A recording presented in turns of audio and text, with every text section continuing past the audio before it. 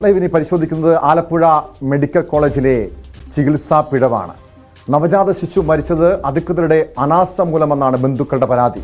വണ്ടാന സ്വദേശി മനുവിന്റെയും സൗമ്യയുടെയും 7 ദിവസം മാത്രം പ്രായമുള്ള കുഞ്ഞാണ് മരിച്ചത്. പ്രസവ വേദന വന്നിട്ടും സൗമ്യയെ ലേബർ റൂമിലേക്ക് മാറ്റിയില്ലെന്നും വാർഡിൽ കിടന്നാണ് പ്രസവിച്ചതെന്നുമാണ് ബന്ധുക്കളുടെ ആരോപണം. ഗ്യാസിന്റെ അടി വേദന മാറി, ഇഞ്ചക്ഷൻ എടുത്തിട്ട് വേദന മാറുന്നുകൊണ്ട് അവിടെ കിടന്നു. സഹിക്കാൻ വയ്യാതെ വന്നപ്പോൾ 4:30 ഒരു 5 മണിയൊക്കെ ആയപ്പോൾ സഹിക്കാൻ വയ്യാതെ അപ്പോൾ ഞാൻ അങ്ങോട്ട് ചെന്നു. ലേബർ റൂമിന് 1ാം സ്റ്റേജിൽ നിന്ന് 2ാം സ്റ്റേജിലോട്ട് അങ്ങോട്ട് എന്നിട്ട് പറഞ്ഞു എനിക്ക് ഡോക്ടർ എനിക്ക് വേദന കൊണ്ട് ഭയങ്കര വേദനയെന്ന് തോന്നി. ഇങ്ങനെയെന്ന് പറയുമ്പോഴും അവർ പെട്ടെന്ന് പി ബി ചെയ്ത് നോക്കിയപ്പോഴും അവർ പറഞ്ഞത് ഈ മൂത്രത്തിപ്പഴുപ്പിൻ്റെ ഈ അഴുക്ക് പോകണത് അല്ലാതെ ഒന്നുമില്ല.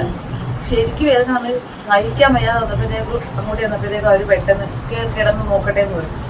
അവർ മിഷ്യൻ വെച്ച് നോക്കുന്നതിന് മുന്നേ തന്നെ കൈ വെച്ച് നോക്കിയപ്പോൾ തന്നെ അവർക്ക് കൺട്രാക്ഷൻ ഉണ്ടെന്ന് മനസ്സിലായി. ഞാൻ പറഞ്ഞു എനിക്ക് ബാത്റൂമിലും പോകാൻ മുട്ടെന്ന് പറഞ്ഞപ്പോഴും അവർക്ക് സത്യം മനസ്സിലായി. അതുവരെ അവർക്ക് മനസ്സിലായില്ല. ഞാൻ എടുത്തെടുത്ത് ചോദിക്കുന്നുണ്ട് ഈ ഗ്യാസിന്റെ വേദന തന്നെയാണ് ഡോക്ടർ, എനിക്ക് അത്രയ്ക്ക് സഹിക്കാൻ വയ്യ, എനിക്ക് ഇതും കുറവും നടുവൊക്കെ വേറെ എടുക്കുന്നു പറഞ്ഞപ്പോഴും പറഞ്ഞു ഗ്യാസിന്റെ ആയിരിക്കും, നമുക്ക് നോക്കാം, അല്ലെങ്കിൽ ചിലപ്പോൾ ഇതിന്റെ ആയിരിക്കും. അവർ സിമ്പിളായിട്ടാണ് പറഞ്ഞത്.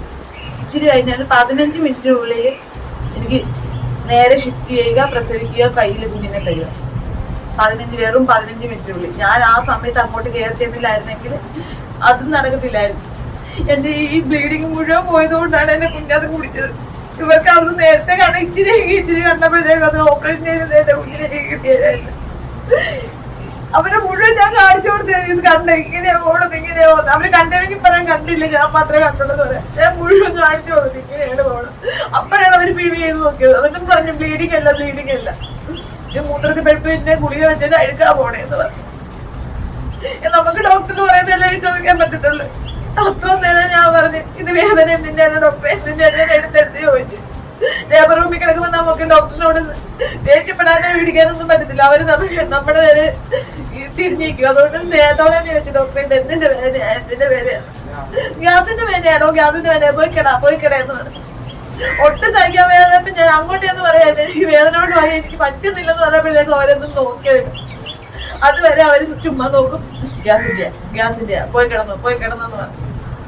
ആദ്യം തന്നെ ഇവർക്ക് ഈ ഡോക്ടേഴ്സ് മെയിൻ ഡോക്ടേഴ്സ് ആരെങ്കിലും ഉണ്ടായിരുന്നെങ്കിൽ ആദ്യം തന്നെ ഇത് ബ്ലീഡിംഗ് എന്ന് പറഞ്ഞാൽ അവർ ഓപ്പറേഷൻ ചെയ്തില്ലായിരുന്ന. ഓപ്പറേഷൻ ചെയ്തിരുന്ന എന്റെ കുഞ്ഞിനെ എനിക്ക് കിട്ടത്തില്ലായിരുന്ന. അപ്പൊ ഇവര് വേദന കൊണ്ട് സഹിക്കുക വയ്യാതെ അമ്മയെടുത്ത് കിടന്ന് പറഞ്ഞും കരഞ്ഞൊക്കെ നിൽക്കുക. അപ്പൊ ഇവര് അത് ഓരോരോ ചെറിയ കാരണങ്ങളാന്ന് പറഞ്ഞ് ഈ തള്ളി വിടുമായിരുന്നു. അതൊന്ന് കൃത്യമായിട്ട് ചെക്ക് ചെയ്യുകയോ ഒന്നും ചെയ്യുന്നില്ല. ആ ഒക്കെ അവിടെ പോയിരുന്നു അത് ഗ്യാസാണ് ഇതാണ് ചുമ്മാ നിസ്സാരമായിട്ടങ്ങ് പറയുക. അവസാനം വേദന കൊണ്ട് സഹിക്കുക വയ്യാതായപ്പം എടുത്തകത്ത് കൊണ്ടുപോയി. നേഴ്സുമാരില്ല കൊണ്ടുപോയി അവിടെ കൊണ്ട് ഇറക്കി അങ്ങോട്ട് വെക്കുകയും ആള് പ്രസവിച്ചു. പകുതി വെളിയില്ല. അന്നേരമാണ് ഡോക്ടർമാർ തന്നെ ചോദിക്കുക അയ്യോ ഇതെന്തോ ഇത് ഇത്ര പെട്ടെന്ന് പ്രസവിക്കുക എന്ന് പറഞ്ഞ് അവർ ബാക്കിയുള്ള കാര്യങ്ങളൊക്കെ ചെയ്ത് വെളിയിൽ എടുക്കുമായിരുന്നു. എടുത്തു കഴിഞ്ഞപ്പോൾ അത് പിന്നീട് അവർ പറഞ്ഞ് കുഞ്ഞിനെ അങ്ങ് കൊണ്ടുപോയി. പിന്നീട് ചെക്കിങ് എല്ലാം കഴിഞ്ഞിട്ട് കാര്യങ്ങളൊക്കെ കഴിഞ്ഞിട്ട് പറഞ്ഞ് ഇൻഫെക്ഷനാണെന്ന് പറഞ്ഞു. ഇൻഫെക്ഷനാണെന്ന് പറഞ്ഞ് അവിടെ ഇട്ട് ഇത്ര നാളും ചികിത്സിക്കുമായിരുന്നു. 8 ദിവസം വെളിയിൽ നിന്നാണ് മരുന്ന് മൊത്തം വെളിയിൽ നിന്ന്. അത്യാവശ്യം മരുന്നുകളും വെളിയിൽ നിന്ന്. അതുമല്ല ടെസ്റ്റ് ചെയ്യുന്നതൊക്കെ വെളിയിൽ നിന്ന്. ഒരു ടെസ്റ്റിന് 300, 1000, 800 അങ്ങനെ പല രീതിയിലുള്ള ടെസ്റ്റുകളെല്ലാം വെളിയിൽ നിന്നാണ് ചെയ്യുന്നത്. ഇപ്പോൾ തിരുവനന്തപുരത്തോട്ട് കൊണ്ടുപോകാം. അവിടെ നിന്ന് ഡോക്ടറിന് നമ്പറുണ്ട്, വിളിച്ച് ചോദിക്കാം. അതൊക്കെ നല്ല രീതിയിലാണ് പെരുമാറി. അവരുടെ റിസ്കിൽ വിളിച്ച് ചോദിച്ച് കാര്യങ്ങളൊക്കെ ചെയ്ത് ആംബുലൻസൊക്കെ റെഡിയാക്കാൻ പറഞ്ഞു. അത് കഴിഞ്ഞ് കുറച്ച് സമയം കഴിഞ്ഞപ്പോൾ അവർ പറയുന്നു അത് വേണ്ട, ഇവിടെ തന്നെ അതിനുള്ള മരുന്ന് കൊടുക്കാനുള്ള സാഹചര്യം എല്ലാം ഉണ്ടെന്ന് പറഞ്ഞ് കുറച്ച് പേരായിട്ട് വന്നു. അങ്ങനെ ചികിത്സിച്ച് ഇപ്പം കൊച്ചു മരണപ്പെട്ടു. നമുക്ക് ഇവർ ഈ കാണിച്ച അനാസ്ഥയുടെ ഒരു ഇത് നമുക്ക് കിട്ടണം. പക്ഷേ നമുക്ക് ഇപ്പം ഞങ്ങൾക്ക് സംഭവിച്ചു, ഇനി ബാക്കിയുള്ളവർക്ക് സംഭവിക്കാതിരിക്കാൻ നോക്കാം. കുഞ്ഞിന്റെ മൃതദേഹവുമായി ബന്ധുക്കൾ മെഡിക്കൽ കോളേജിൽ പ്രതിഷേധിച്ചു. സംഭവത്തിൽ അമ്പലപ്പുഴ പോലീസ് കേസെടുത്തിട്ടുണ്ട്. ശരണ്യ സ്നേഹജൻ ചേരുന്നു ആലപ്പുഴയിൽ നിന്നും വിശദാംശങ്ങളുമായി. ശരണ്യ, അമ്മയുടെ കണ്ണീർ, ആ വേദന അത് വലിയ രീതിയിൽ നമ്മൾ ഓരോരുത്തരെയും വിഷമിപ്പിക്കുന്നുണ്ട്, ദുഃഖിപ്പിക്കുന്നുണ്ട്. ഇത് ഒറ്റപ്പെട്ട സംഭവമല്ല. ആലപ്പുഴ മെഡിക്കൽ കോളേജിൽ ഉണ്ടായ ഈ കുഞ്ഞിൻ്റെ മരണം, ഇതിനു മുൻപ് ഇത്തരം ചികിത്സാ പിഴവ് മൂലം നിരവധി കുഞ്ഞുങ്ങളുടെ ജീവൻ നഷ്ടപ്പെട്ടിട്ടുണ്ട്, നിരവധി രോഗികളുടെ ജീവൻ നഷ്ടപ്പെട്ടിട്ടുണ്ട്.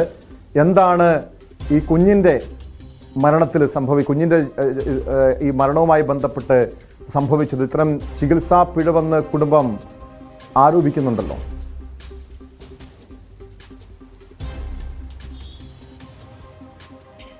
ടോം, ഇതിപ്പോൾ രണ്ടാമത്തെ തവണയാണ് ആലപ്പുഴ മെഡിക്കൽ കോളേജിൽ മൃതദേഹവുമായി രോഗികളുടെ ബന്ധുക്കൾ സമരം ചെയ്യേണ്ട അല്ലെങ്കിൽ പ്രതിഷേധിക്കേണ്ട സാഹചര്യം വരുന്നത്. കഴിഞ്ഞ കുറച്ച് നാളുകളായി തന്നെ ആലപ്പുഴ മെഡിക്കൽ കോളേജുമായി ബന്ധപ്പെട്ട് കുറഞ്ഞ കാലയളവിൽ 3 രോഗികളാണ് ചികിത്സ തേടി എത്തിയ ആളുകൾ മരിച്ചിട്ടുള്ളത്. അതിൽ DMEയുടെ അന്വേഷണം നടക്കുന്നതിനിടയിലാണ് ഇപ്പോൾ നവജാത ശിശു ഇന്നലെ രാത്രി 12:30 മരണപ്പെട്ടത്. ഈ സംഭവം നടക്കുന്നത് കഴിഞ്ഞ 28-നാണ് വണ്ടാനം സ്വദേശിയായ സൗമ്യ തന്റെ പ്രസവ ചികിത്സയുമായി ബന്ധപ്പെട്ട് ആലപ്പുഴ മെഡിക്കൽ കോളേജ് ആശുപത്രിയിൽ എത്തുന്നത്. 29-ന് സൗമ്യയുടെ ചില പരിശോധനാ ഫലങ്ങൾക്ക് ശേഷം മൂത്രത്തിൽ അണുബാധയുണ്ട് എന്നുള്ളത് കണ്ടെത്തിയിരുന്നു. അതുമായി ബന്ധപ്പെട്ട ചികിത്സ നടത്തുന്നതിനിടയിലാണ് ഈ സൗമ്യയ്ക്ക് ലേബർ പെയിൻ ഉണ്ടാകുന്നത്. അവിടെ വെച്ച് പ്രസവ വേദന അനുഭവപ്പെടുകയും അത് പലതവണ ഡോക്ടർമാരോട് അടക്കം പറയുകയും ചെയ്തു. തനിക്ക് പ്രസവ സംബന്ധമായ ബുദ്ധിമുട്ടുകളാണ് ഉള്ളതെന്ന്. പക്ഷെ അത് അവിടെ ഉണ്ടായിരുന്ന ആളുകൾ കണക്കിലെടുത്തില്ല എന്നുള്ളതാണ് കുടുംബം പറയുന്നത്.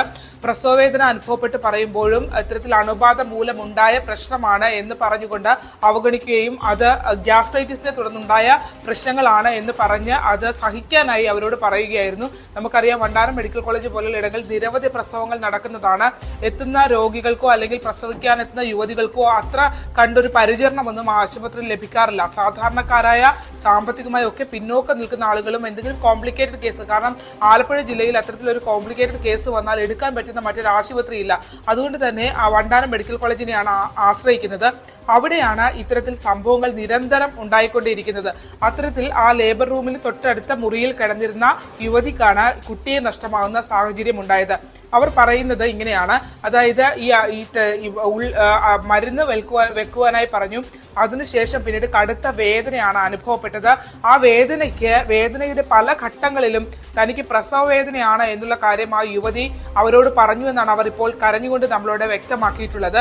അങ്ങനെ പല ഘട്ടങ്ങളിൽ പറയുമ്പോഴും അവിടെയുള്ള ജീവനക്കാരോ ജൂനിയർ ഡോക്ടേഴ്സോ അത് പരിഗണിച്ചില്ല എന്ന് മാത്രമല്ല, അത് മുഖവിലക്കെടുക്കാത്തത് കൊണ്ട് അവരുടെ കയ്യിൽ നിന്ന് തന്നെ ഫോൺ വാങ്ങി പുറത്തു നിന്ന അമ്മയെ വിളിച്ച് അവർ കാര്യം പറയേണ്ട ഒരു സാഹചര്യം വരെ ഉണ്ടായി.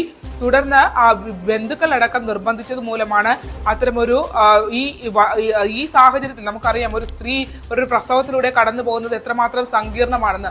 ആ സാഹചര്യത്തിൽ തന്നെ അവർ നടന്ന് തന്റെ വസ്ത്രത്തിൽ അകത്തുനിന്ന് ഫ്ലൂയിഡ് പോകുന്നുണ്ട് എന്ന് പറഞ്ഞുകൊണ്ട് രക്തമടക്കമുള്ള കാണിച്ചു കൊടുത്തു എന്നുള്ളതാണ് അവർ പറഞ്ഞത്. എന്നിട്ടും അത് കണക്കിലെടുക്കാതെ പോയി കിടക്കാനാണ് അവരോട് നിർദ്ദേശം നൽകിയത്. തുടർന്ന് പിന്നീട് ഡോക്ടറോട് ഈ അവസ്ഥയിൽ തന്നെ അവർ ബുദ്ധിമുട്ടോടുകൂടി ചെയ്യുകയും തുടർന്നുള്ള പരിശോധനയിൽ പ്രസവത്തിലേക്ക് അവർ അടുത്തു എന്ന് മനസ്സിലാക്കുകയുമായിരുന്നു. ഇത്രയും വൈകിയത് മൂലം, അതായത് ഈ ലേബർ റൂമിലേക്ക് മാറ്റിയതിനു ശേഷം 10 മിനിറ്റിനുള്ളിൽ തന്നെ ഈ പ്രസവം നടന്നു എന്നുള്ളതാണ് ബന്ധുക്കളും സൗമ്യയും നമ്മളോട് വ്യക്തമാക്കിയിട്ടുള്ളത്. ഈ സമയത്ത്, അതായത് ഈ സൗമ്യ അവിടെ ചെന്ന് ഡോക്ടർമാരോട് അങ്ങോട്ട് സമീപിച്ചു, അതായത് PG ഡോക്ടേഴ്സാണ് ഉണ്ടായിരുന്നത്, അങ്ങോട്ട് സമീപിച്ച് എത്തി പറയുമ്പോഴും മാത്രമാണ് അത്തരമൊരു പരിശോധന ഉണ്ടാവുകയും പ്രസവമാണ് എന്ന് അവർ പറയുകയും ചെയ്യുന്നത്. അതുവരെയും ഗൗനിക്കാതിരുന്നു എന്നുള്ളതാണ്. ഇത്തരത്തിൽ ഫ്ലൂയിഡ് ലീക്ക് ചെയ്യുകയും കുട്ടി അകത്ത് കിടന്ന് മഷി ഇടുകയും ചെയ്തിരുന്നു എന്നുള്ളതാണ് മനസ്സിലാക്കുന്നത്. ആ ഫ്ലൂയിഡ് കുട്ടിയുടെ ഉള്ളിലേക്ക് പോവുകയും ചെയ്തിട്ടുണ്ട് എന്നാണ്. എന്തായാലും ഈ അണുബാധ മൂലമാണ് കുട്ടി മരിച്ചതെന്നാണ് ഇപ്പോൾ ആശുപത്രി അധികൃതരുടെ വിശദീകരണം. എന്തിൽ നിന്ന് അണുബാധ ഉണ്ടായി എന്നുള്ള സ്വാഭാവികമായി നമുക്കറിയാം. കഴിഞ്ഞ ദിവസം ഈ പുറക്കാട് സ്വദേശിയായ യുവതി മരിച്ചപ്പോഴും ഇതുപോലെ തന്നെയാണ് പറഞ്ഞത്. അതായത് അവർക്ക് അണുബാധ ഉണ്ടായിരുന്നു, അതുകൊണ്ട് യുവതി മരിച്ചു, ആന്തരിക അവയവങ്ങളിലേക്ക് അണുബാധ പകർന്നു എന്നുള്ളതാണ്. പക്ഷേ ഇവിടുന്നുള്ള പ്രസവ ചികിത്സയ്ക്ക് ശേഷമാണ് ആശുപത്രിയിൽ നിന്ന് വീട്ടിലേക്ക് മടങ്ങിപ്പോയിട്ടാണ് പിന്നീട് കടുത്ത അണുബാധയുമായി അവർക്ക് തിരികെ വരേണ്ടത് വന്നത്. ഇവിടെ ഇപ്പോൾ കുട്ടിയുടെ കേസ്, യുവതി മാറി കുട്ടിയുടെ കേസായിട്ടാണ് അവർ പറയുന്നത്. കുട്ടിക്ക് അണുബാധ ഉണ്ടായിരുന്നു എന്നുള്ളതാണ്. ഈ കഴിഞ്ഞ 29 ശേഷം കുഞ്ഞിനെ ആരെയും കാണിച്ചിട്ടില്ല. ഇന്ന് പുലർച്ചെ 1 മണിയോടടുപ്പിച്ച് കുട്ടി മരിച്ചു എന്നുള്ള വിവരം അവരെ അറിയിക്കുകയായിരുന്നു. പിന്നീട് ആ അമ്മ ആ കുഞ്ഞിനെയും എടുത്തുകൊണ്ട് ആശുപത്രി വാർഡിന് മുന്നിൽ പ്രതിഷേധിക്കേണ്ട ഒരു സാഹചര്യവും ഗതികേടിലേക്കും അവർ എത്തി എന്നുള്ളതാണ്. തുടർന്ന് പ്രതിഷേധത്തിലേക്ക് ഒരു അനുനയ ശ്രമത്തിലേക്ക് എത്തിയത്. തീർച്ചയായും അത് തന്നെയാണ് ഏറെ വേദനിപ്പിച്ച കാര്യം. കാരണം ആ ഒരു കുഞ്ഞിന്റെ ഒരു കുഞ്ഞിക്കാല് കാണാൻ ആഗ്രഹിച്ച ഒരു കുടുംബം, ഒരു ദമ്പതികള്, അവർക്ക് കുഞ്ഞിന്റെ ചേതനയേറ്റ ശരീരവുമായി പ്രതിഷേധിക്കേണ്ട ഒരു ഗതികേട് ഏറെ വേദനിപ്പിക്കുന്ന ഒരു കാഴ്ച. ഇത് ഈ ഏതാനും ആഴ്ചകൾക്ക് മുൻപാണ് ശരണി തന്നെ റിപ്പോർട്ട് ചെയ്തത്. ഒരു വൃദ്ധമാതാവിന്റെ മരണം ചികിത്സാ പിഴവിനെ തുടർന്ന് മകനും ബന്ധുക്കളും ആശുപത്രിക്ക് മുന്നിൽ പ്രതിഷേധിച്ചത്. അന്ന് ഈ ആശുപത്രി അധികൃതർ, സൂപ്രണ്ട് അടക്കം പറഞ്ഞത് കുറ്റക്കാർക്കെതിരെ നടപടി സ്വീകരിക്കുമെന്നാണ്. പിന്നീട് അന്വേഷണ റിപ്പോർട്ടിൽ ഈ ഡോക്ടർമാരെ, വീഴ്ച വരുത്തിയ ഡോക്ടർമാരെ ന്യായീകരിക്കുന്ന, അവരെ സംരക്ഷിക്കുന്ന സമീപനം ഈ ആശുപത്രി അധികൃതർ തന്നെ സ്വീകരിക്കുന്നു. ഇവിടെയും പോലീസ് ഇപ്പോൾ കേസെടുത്തിട്ടുണ്ട്. സമാനമായ രീതിയിൽ ഈ ഡോക്ടർമാരെ സംരക്ഷിക്കുന്ന സമീപനം തന്നെ ആയിരിക്കുമല്ലോ സ്വീകരിക്കുക. ഇതിലൊരു മാറ്റം ഉണ്ടാകുമെന്ന് സാധാരണക്കാരായ രോഗികൾക്ക്, ജനങ്ങൾക്ക് പ്രതീക്ഷിക്കാമോ അവിടുത്തെ ഈ ഒരു സാഹചര്യത്തിൽ? ടോം, അത് ഈ ഉടനെ ഒന്നും പ്രതീക്ഷിക്കാൻ കഴിയാത്തൊരു സാഹചര്യമാണ്. അമ്പലപ്പുഴ MLA കഴിഞ്ഞ ദിവസം മൈക്ക് കെട്ടി പുറത്തു നിന്ന് പ്രസംഗിക്കുകയുണ്ടായി. അതായത് ആശുപത്രി അധികൃതരിൽ ഗുരുതരമായ വീഴ്ചയുണ്ട്, ഡോക്ടർമാർ സ്വകാര്യ പ്രാക്ടീസ് നടത്തുന്നു, ആ പ്രാക്ടീസ് അവസാനിപ്പിക്കാനുള്ള ഇടപെടൽ തങ്ങളുടെ ഭാഗത്തു നിന്നുണ്ടാകുമെന്നൊക്കെ ഒരു ഭീഷണിയും കാര്യങ്ങളും ഒക്കെ പോകുമ്പോൾ പോലും തങ്ങളുടെ സർക്കാർ ഭരിക്കുന്ന ആരോഗ്യ വകുപ്പിലെ മന്ത്രി ഉൾപ്പെടെയുള്ള ആളുകൾ ഭരിക്കുന്നത്, ഇടതുപക്ഷം ഭരിക്കുന്ന ഒരു സ്ഥലമാണ് അമ്പലപ്പുഴ മണ്ഡലത്തിലാണ് ഈ ആശുപത്രി സ്ഥിതി ചെയ്യുന്നത്. അവിടെ എന്ത് ഇടപെടൽ മുകളിലെ തട്ടിൽ നിന്നുണ്ടാക്കി ഇവിടെ ഈ കൃത്യവിലോപത്തിനെതിരെയും ഒപ്പം തന്നെ ഈ പ്രശ്നങ്ങളെ പരിഹരിക്കാനുമുള്ള ഇടപെടൽ എന്തുണ്ടാകുന്നു എന്ന് ചോദിച്ചാൽ നമുക്ക് ഒന്നും ഉണ്ടാകുന്നില്ലെന്ന് പറയേണ്ടിയിരിക്കുന്നു. ഞാൻ നേരത്തെ ടോം സൂചിപ്പിച്ചതുപോലെ നമ്മൾ വളരെ ദുഃഖത്തോടെ റിപ്പോർട്ട് ചെയ്തതാണ് അമ്പലപ്പുഴ സ്വദേശിയായ ഷിബിനയുടെ മരണവിവരം. ഷിബിന ഇതുപോലെ തന്നെയായിരുന്നു. അവിടെ നമുക്ക് ആ കുഞ്ഞുങ്ങളെ കണ്ടാൽ സങ്കടം വരും. 2 കുട്ടികൾ, അതായത് ഒരു 3 വയസ്സുകാരിയും ഒപ്പം തന്നെ ഒരു നവജാത ശിശുവും, 2 പെൺമക്കൾക്കാണ് അമ്മ ആ പ്രസവത്തോടു കൂടി അമ്മ ഇല്ലാതാവുന്ന ഒരു സാഹചര്യം ഉണ്ടായത്.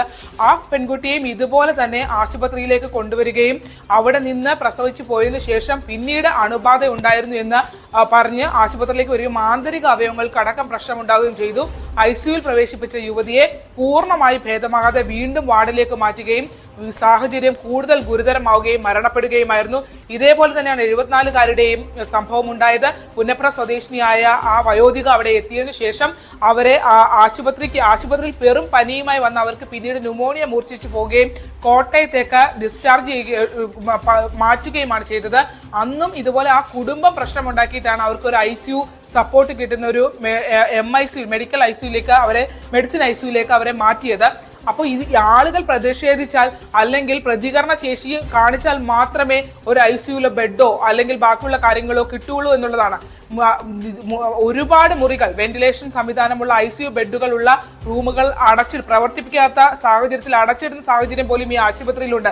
1-2 ജീവനക്കാരെ കൊടുക്കാനില്ല എന്ന് പറഞ്ഞുകൊണ്ടാണ് ആളുകളുടെ കയ്യിൽ നിന്നും വാർഡിൽ കിടന്ന് മരിക്കാൻ തയ്യാറാണ് എന്നുള്ള പേപ്പർ ഒപ്പിട്ട് വാങ്ങിയ ശേഷം ICUയിൽ ബെഡ് ഒഴിവില്ല, അതുകൊണ്ട് ഇവിടുത്തെ സാഹചര്യത്തിൽ റിസ്ക് എടുത്തുകൊള്ളാമെന്ന് പറഞ്ഞ് ഒപ്പിട്ട് പേപ്പർ വാങ്ങിയാണ് ആളുകൾ അവിടെ ചികിത്സ എടുത്തത്. വേറെ ഒന്നുമല്ല കേട്ടോ. ആലപ്പുഴയെ സംബന്ധിച്ചിടത്തോളം ഒരു വാഹനാപകടം വന്നാലോ ഒരു പ്രശ്നം അടിയന്തര സാഹചര്യം വന്നാലോ പോകാൻ ആളുകൾക്കുള്ള ആകെയുള്ള ഒരു ആശ്രയമാണ് ഈ ജനറൽ ആശുപത്രിയും WNCയും ഒപ്പം തന്നെ മെഡിക്കൽ കോളേജും. ആ മെഡിക്കൽ കോളേജിന്റെ ഒരു ദുരവസ്ഥ എന്ന് പറഞ്ഞാൽ എത്ര റിപ്പോർട്ട് ചെയ്ത് നമുക്ക് പോലും നാണം തോന്നും. അതുപോലെ അത്ര ഗുരുതരമായ അലംഭാവം നടക്കുന്ന ഒരു സ്ഥലമാണ്. അവിടെ ടോം പറഞ്ഞതുപോലെ നിയമപരമായ യാതൊരു കാര്യങ്ങൾ നമ്മൾ പ്രതീക്ഷിക്കേണ്ട. കാരണം അവിടെ ഉണ്ടാകുന്ന ഒരു മെഡിക്കൽ ബോർഡ് രൂപീകരിക്കും. ആ മെഡിക്കൽ ബോർഡിൽ കുറെ ഡോക്ടർമാരുടെ സംഘം ഉണ്ടാകും. അവരൊരിക്കലും ഇന്ന് വരെ ഡോക്ടർമാർക്ക് അനാസ്ഥ ഉണ്ടായിട്ടുണ്ടെന്ന് കണ്ടെത്തിയിട്ടില്ല. വരുന്ന രോഗികൾക്ക് ഇപ്പോൾ ഷിബിനയുടെ കേസിൽ ആ സ്ത്രീക്കായിരുന്നു അണുബാധയെങ്കിൽ ഇപ്പൊ കുട്ടിക്ക് അണുബാധയുണ്ടെന്ന് പറഞ്ഞിട്ടുണ്ട്. അതുകൊണ്ട് തന്നെ ഈ സ്വാഭാവികമായും ഇതൊക്കെ ഈ മെഡിക്കൽ ടേമുകളിൽ തട്ടി ഈ കേസുകൾക്കൊന്നും ഒരു ന്യായമായ ഈ പരാതിക്കാർക്ക് ഗുണകരമായ രീതിയിൽ ഒരു കാര്യങ്ങൾ പോലും ഉണ്ടാകില്ല. പോലീസിന് പോലും ഇതിൽ മുന്നോട്ട് പോകാൻ വലിയ ബുദ്ധിമുട്ടാണ്. കാരണം ഈ മെഡിക്കൽ ബോർഡിന്റെ ഡിസിഷൻ, അവർ നൽകുന്ന റിപ്പോർട്ടിന്റെ അടിസ്ഥാനത്തിൽ മാത്രമേ കേസ് എടുക്കലടക്കമുള്ള കാര്യങ്ങളിലേക്ക് പോകും. അവിടെ പല തട്ടിൽ, വണ്ടാനം മെഡിക്കൽ കോളേജിൽ ഡോക്ടർമാരെ നോക്കാൻ പല തട്ടിലാണ് ആളുകൾ. സൂപ്രണ്ട് ഒരു വഴിക്ക്, ഡോക്ടർമാർ ഒരു വഴിക്ക്. ഇവർ ആരും സൂപ്രണ്ട് പറഞ്ഞാൽ അനുസരിക്കാത്ത ഡോക്ടർമാർ. ഇപ്പോൾ ഗൈനക്കോളജിൽ തന്നെ പ്രധാനപ്പെട്ട ഡോക്ടർമാർ ദീർഘകാലം അവധിയിലാണ്. തിരുവനന്തപുരത്തേക്ക് ട്രാൻസ്ഫറിന് ശ്രമിക്കുന്നു. അവിടെ ട്രാൻസ്ഫർ കിട്ടുമെന്നുള്ള ഉറപ്പിന്മേൽ ഇവിടെ നിന്ന് അവധിയെടുത്ത് നാട്ടിൽ തന്നെ നിൽക്കുക. അങ്ങനെ എത്ര കുത്തഴിഞ്ഞ സംവിധാനമാണ് ആലപ്പുഴ മെഡിക്കൽ കോളേജ് എന്നത് നമുക്ക് വാക്കുകൾ കൊണ്ട് പറയുന്നതിനപ്പുറമാണ്. നിരന്തരം ആളുകൾ മരിക്കുന്നുണ്ട്, കുഞ്ഞുങ്ങൾ മരിക്കുന്നുണ്ട്. പ്രതിഷേധിക്കുന്നവരുടെ കാര്യങ്ങൾ മാത്രം പുറത്തു വരുന്നു. അല്ലാത്തവർ, പാവപ്പെട്ട മനുഷ്യർ ആ നൽകുന്ന മൃതദേഹവും വാങ്ങി തിരികെ പോവുകയാണ് ചെയ്യുന്നത്. എങ്കിൽ പോലും ഇപ്പോൾ ആരോഗ്യമന്ത്രിക്ക് കഴിഞ്ഞ ദിവസങ്ങളുണ്ടായ മരണത്തിൽ ആരോഗ്യമന്ത്രിക്ക് റിപ്പോർട്ട് നൽകാനായി മെഡിക്കൽ DMEയുടെ നേതൃത്വത്തിലുള്ള സംഘം എത്തി ഇവിടെ പരിശോധനയും കാര്യങ്ങളും ഒക്കെ നടത്തിയിട്ടുണ്ടായിരുന്നു. ആരോഗ്യമന്ത്രിക്ക് ആ റിപ്പോർട്ട് നൽകിയിട്ടുണ്ട്. പക്ഷേ ആ റിപ്പോർട്ടിന്റെ കണ്ടന്റ് എന്താണ് എന്നുള്ളതിനെ സംബന്ധിച്ച് ആർക്കും വിവരമില്ല. പ്രത്യേകിച്ച് പരാതിക്കാരായ മനുഷ്യർക്കെങ്കിലും അത് സംബന്ധിച്ച് എന്താണ് അന്വേഷണ ഉത്തരവെന്ന് അറിയാനുള്ള അവകാശമുണ്ട്. ആ അവകാശം പോലും നിഷേധിക്കപ്പെട്ട അവർക്ക് ഒന്നും അറിയില്ല ഈ കേസുകളുടെ സ്റ്റാറ്റസ് എന്താണ്, അന്വേഷണം എന്താണ് എന്നും. നീതി കിട്ടില്ല എന്നുള്ളത് 100% ഉറപ്പാണ്. നഷ്ടപ്പെടുന്നവർക്ക് നഷ്ടപ്പെടുമെന്ന് മാത്രമേ ഉള്ളൂ കേട്ടോ. യെസ്, അത് തന്നെയാണ് ശരണി സൂചിപ്പിച്ചതേറെ സങ്കടപ്പെടുത്തുന്ന കാര്യമാണ്. രാജ്യത്ത് ആരോഗ്യരംഗത്ത് നമ്പർ 1 എന്ന് പറയുന്ന കേരളത്തിലെ ആശുപത്രികളാണ് ഇതൊക്കെ സംഭവിക്കുന്നത്. പ്രത്യേകിച്ചും ആലപ്പുഴയിലെയും കോഴിക്കോട്ടെയും മെഡിക്കൽ കോളേജുകളിൽ അവിടെ കയ്യിലെ വിരലിന് പകരം നാവിൽ ശസ്ത്രക്രിയ നടത്തുക, വയറിൽ കത്രിക വെച്ച് പിന്നീട് അത് വലിയ വിവാദമായിട്ടും അതിനെ ന്യായീകരിക്കുന്ന ഡോക്ടർമാർ, ആശുപത്രിയിൽ ICUയിൽ നടക്കുന്ന പീഡനങ്ങൾ.